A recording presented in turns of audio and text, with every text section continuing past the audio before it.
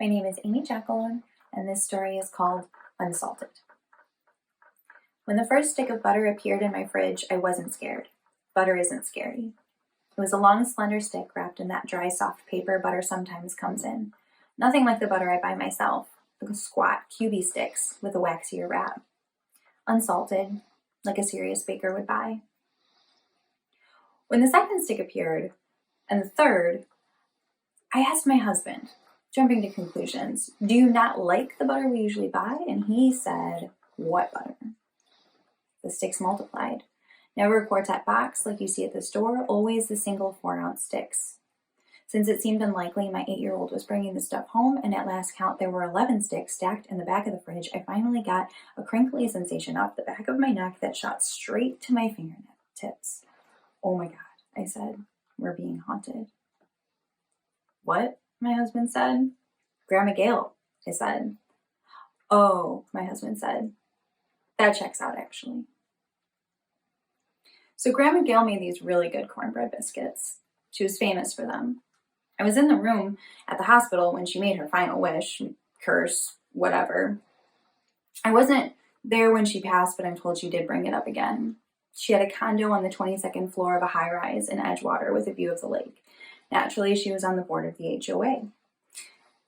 Cindy Cartwright, also on the board, had been pushing to paint the wainscoting in the hallways of the entire building coastal blue, and Grandma Gail was very against it.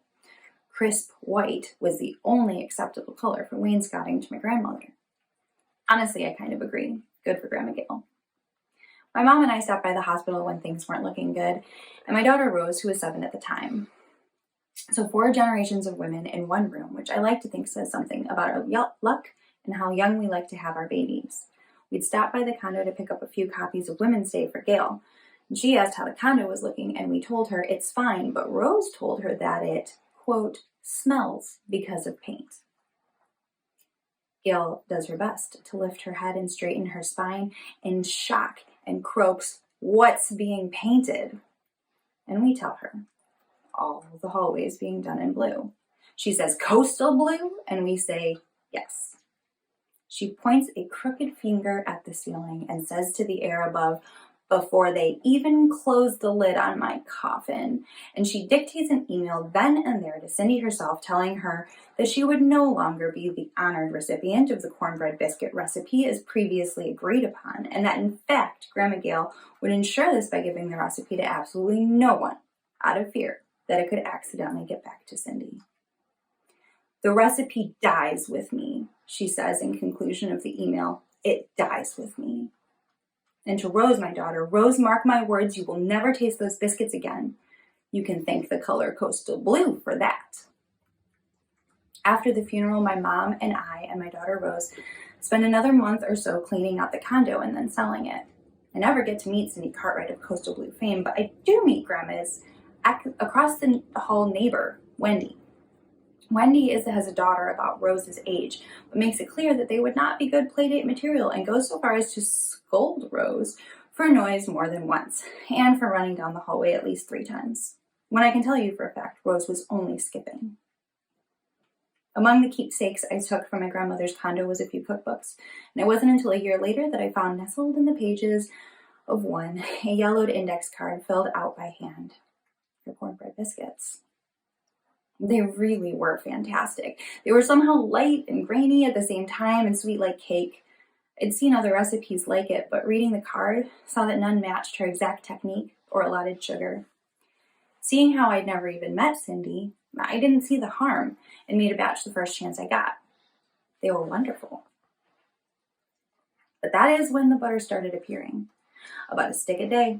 At 11 sticks, I realized it was her, and my husband said that checked out and then continued, well, I just remember what she was like. When the butter reached 15 sticks, 5 stacks of 3, and I hadn't even made the recipe again, I realized that I needed to get that cursed index card out of my house. I thought of burning it, or tossing it in the trash, but those actions seemed a little spooky to me. Grandma Gail wasn't spooky, and her beef wasn't with me anyway. It was with Cindy Cartwright. Cindy Cartwright was one she should be haunting. I had to give the recipe to Cindy. So I took the card back to the condo with the coastal blue wainscoting, and I looked Cindy up. Nothing. I asked the doorman, who was a woman. I'm looking for a woman named Cindy Cartwright.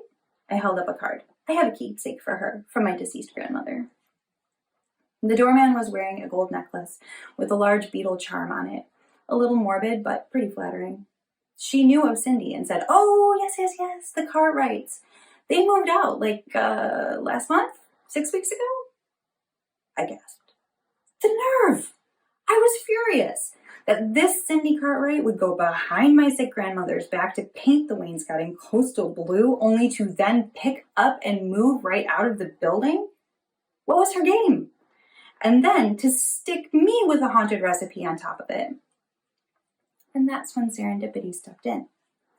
Into the foyer strode Wendy, the across-the-hall neighbor that I accidentally made enemies with the month we sold the condo, along with her daughter, whose name I never caught. They made it to the elevators and pressed the button, and before the little triangle could light up with a ding, I found myself running to catch up with her. "Hello," I said as the elevators opened. "Wendy, right? I was actually just coming to bring you this recipe. Grandma Gail, who lived across the hall, once told me that she had a dear neighbor she wanted to share it with." Wendy looked at the card. "Her cornbread biscuits. We've had those. Maggie ate about 6 of them." Maggie was the little girl's name. "Perfect," I said. "They're wonderful. Enjoy." Let Wendy deal with the butter ghost of a forbidden recipe. I couldn't think of a better use of my grandmother's ghost than to annoy a woman who once annoyed me 9 months ago. The butter did stop appearing after that. I like to think it filled Wendy's fridge past the 15-stick mark before she figured it out, if she ever did.